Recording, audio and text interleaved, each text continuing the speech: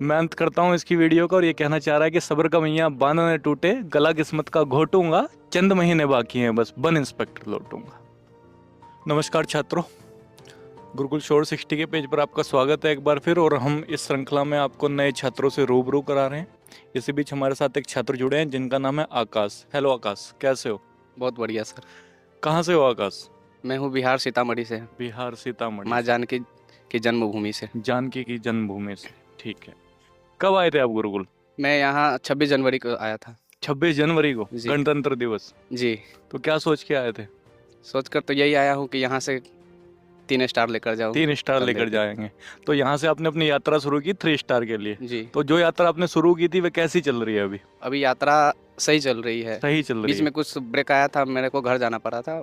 फिर अभी मैं वापस आया हूँ, तो मैं अच्छे से कोशिश कर रहा हूँ और सबको कवर कर रहा हूँ। ठीक है, मतलब बीच में आप आए, आपने अपनी जर्नी शुरू की और बीच में कुछ किसी कारणवश आपको पारिवारिक कारणों के कारण घर जाना पड़ा। जी पर अच्छी बात यह है कि आप फिर से लौटे और फिर से आपका जो टारगेट है उसे अचीव करने के लिए लगे हुए हैं। जी। तो आप बाहर भी रह के पढ़े होंगे। मैं एक्चुअली में जब पहले तो मैं एनआईटी में था, first year NIT drop out हूँ। उसके बाद मैं एनआईटी रायपुर से, फिर उसके बाद मैं यहाँ आया। फिर पटना रहा। पटना में फिर मैंने सोचा कि करना क्या है, तो फिर मेरे दिमाग में आया कि रेस्पेक्टेड जॉब सीजीएल का है, तो इधर सीजीएल की तरफ मूव ऑन किया। फिर मैं पटना रहा। फिर पटना में ऐसे ही मतलब ज़्यादा दिन नहीं, लगभग 6 महीना रहा और उधर कुछ समझ नहीं आ रहा था कि कैसे करना है, कुछ गाइडेंस समझ में नहीं आ रहा था। फिर उसके बाद मैंने ऐसे ही यूट्यूब पे सर्च कर रहा था, करते श्योर 60 का आने लगा। और यहाँ से मतलब एक्चुअली मैं एक वीडियो देखा था, शायद कोई गौरव भैया करके थे, उनके वीडियो से मैं काफ़ी मोटिवेटेड था।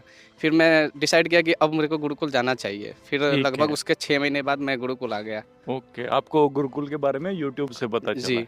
अच्छी बात यह है कि हम अपने काम में सक्सेस हो रहे हैं और आप जैसे और भी छात्रों को हम जोड़ रहे हैं और इंस्पेक्टर बना रहे हैं। तो आपने जो पढ़ाई की है पिछले 1 2 या 3 महीने में, जी। आपको बाहर में और यहाँ में क्या अंतर समझ में आया है? एक्चुअली यहाँ का सबसे बड़ा चीज़ है कि रूटीन, जो कि वहाँ बाहर में फॉलो नहीं कर पाते थे। रूटीन के पीछे रीजन क्या है? यहाँ रूटीन फॉलो क्यों हो जाता है? क्योंकि यहाँ हमारे ऊपर प्रेशर है और फ़ोन नहीं है। फ़ोन नहीं है। मेन बात यह है कि जैसे ही आपका फ़ोन जमा होता है तो आपके लगभग 80% डिस्ट्रक्शन आपके ख़त्म हो ख़त्म जाते हो हैं, जाते है ना? हैं। जी और फिर एक ही काम रह जाता है जी, हमें सुबह उठना है और सिर्फ पढ़ाई करनी है। जी। तो जो यहाँ का स्टाफ है कैसा है? कोऑपरेटिव है?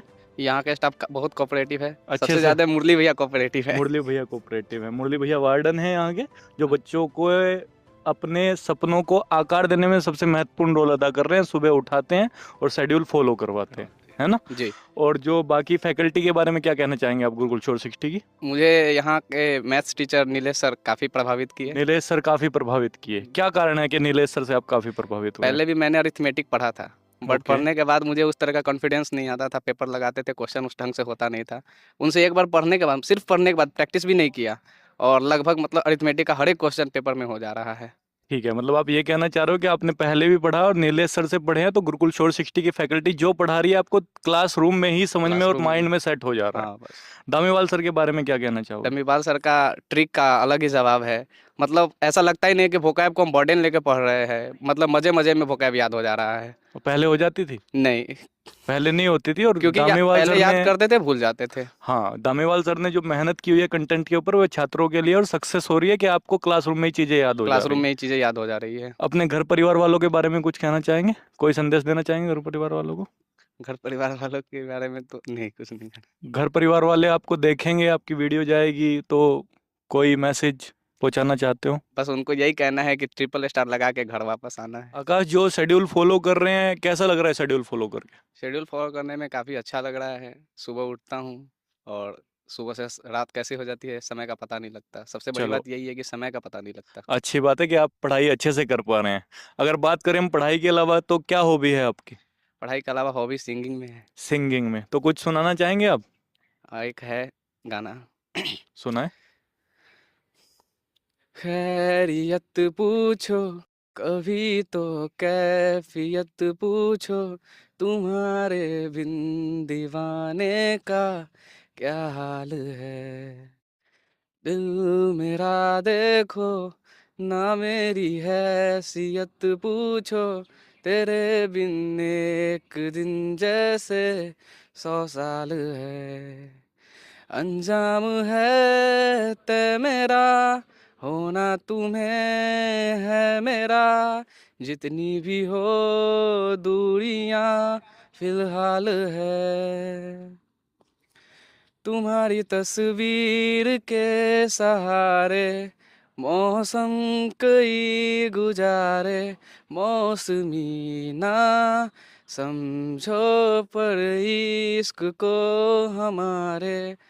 नजरों के सामने मैं आता नहीं तुम्हारे, मगर रहना तुम हर पल मंजर में तुम हमारे। गर इश्क से है गिला फिर दर्द से क्या मिला, इस दर्द में जिंदगी खुशहाल है, ये दूरियां फिलहाल है।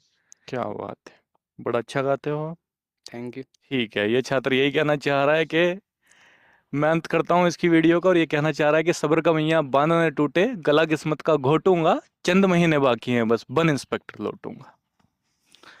धन्यवाद।